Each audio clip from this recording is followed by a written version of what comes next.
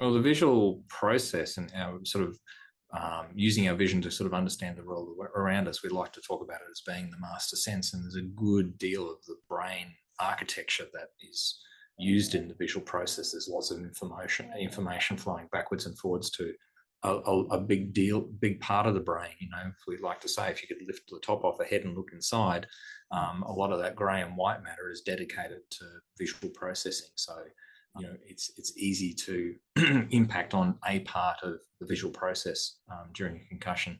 And you've got a lot of the motor centers for the visual system in the brainstem, and that's obviously also something that can be affected in an injury, particularly one where there's a sort of like almost like a whiplash kind of situation as well. Mm. So does it affect your peripheral vision?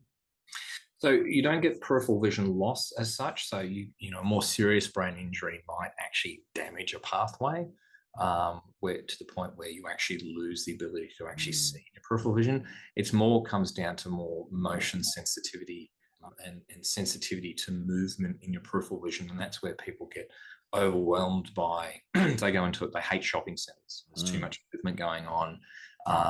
We often see it to the sensitivity to light, sensitivity to patterns, and so walking into the grocery store aisle can be quite that strong sort of structure of the shelves.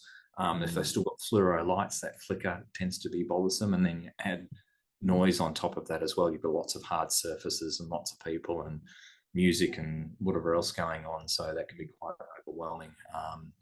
But a big part of it is not being able to judge where you are in space, in addition to not being able to process all that movement. It becomes quite overwhelming. So binocular vision dysfunction is a common thing.